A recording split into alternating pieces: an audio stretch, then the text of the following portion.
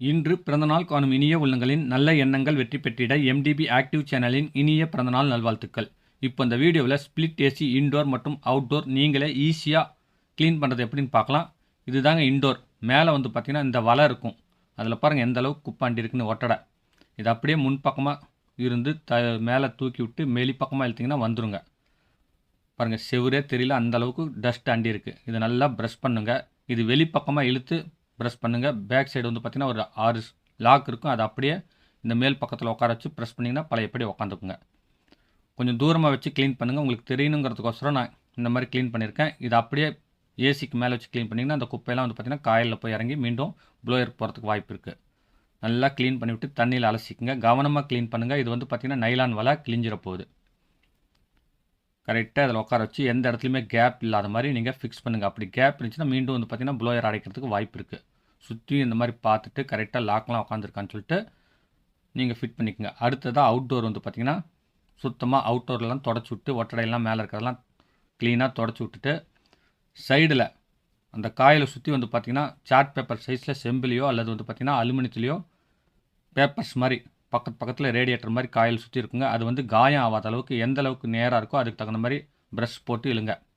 அதுக்கு சைஸுக்கு தகுந்த மாதிரி சின்ன ப்ரஷ் போட்டு விட்டு பேக் சைடில் பாருங்கள் எந்த அளவுக்கு ஒட்டடை அண்டி இருக்குன்னு. இந்த அளவுக்கு ஒட்டடை அண்டி இருந்துச்சுன்னா உங்களுக்கு வந்து பார்த்திங்கன்னா கேஸ் பைப்லைன்லாம் வந்து பார்த்திங்கன்னா ஹீட் குறையாதுங்க. அப்படி குறையாத பட்சத்தில் உள்ள உங்களுக்கு கூலிங் உங்களுக்கு எதிர்பார்த்த அளவுக்கு வராது. கரண்ட் பில் வேஸ்ட் ஆகும், கம்ப்ரஸர் தாங்க லோட் ஆகும். இந்த மாதிரி வந்து பார்த்திங்கன்னா இந்த ஓஸ் எல்லாம் வந்து பார்த்திங்கன்னா எதுவுமே நகராத மாதிரி, அதாவது இந்த கேஸ் ஓஸ் லைன்லாம் பைப் லைன்லாம் வந்து நகராத மாதிரி சின்ன ப்ரஷ் போட்டு க்ளீனாக கொஞ்சம் கூட அசையாத மாதிரி நீங்கள் க்ளீன் பண்ணிட்டு ப்ளோயர் வச்சு நல்லா ஃபோர்ஸாக காற்றடிச்சிங்கன்னா இப்போ ஒட்டடையெல்லாம் உள்ளே இருக்கிறதெல்லாம் பிச்சுக்கிட்டு பறந்து வந்துடுங்க.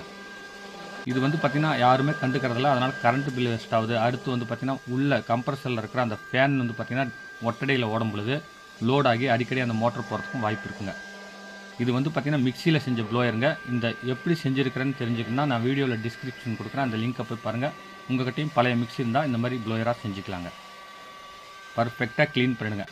க்ளீன் பண்ணிவிட்டு நல்லா பாருங்கள் எந்த அளவுக்கு கிளியராக இருக்குன்னு.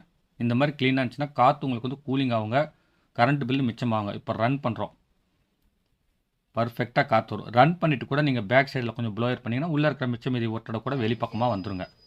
சிம்பிளாக நீங்கள் இந்த மாதிரி நீங்கள் க்ளீன் பண்ணுறதுனால உங்களுக்கு ஏசியுடைய லைஃப் நல்லா இருக்குங்க. எந்த ஒரு மோட்டருமே வந்து கெட்டு போகாது, கரண்ட் பில் மிச்சமாகவும் பர்ஃபெக்டாக ரன் ஆகுங்க. வைப்ரேஷன் சவுண்டும் வராதுங்க. இந்த வக்கையெல்லாம் குப்பாண்டி இருந்துச்சுன்னா உங்களுக்கு அந்த வைப்ரேஷன் சவுண்ட் வருங்க.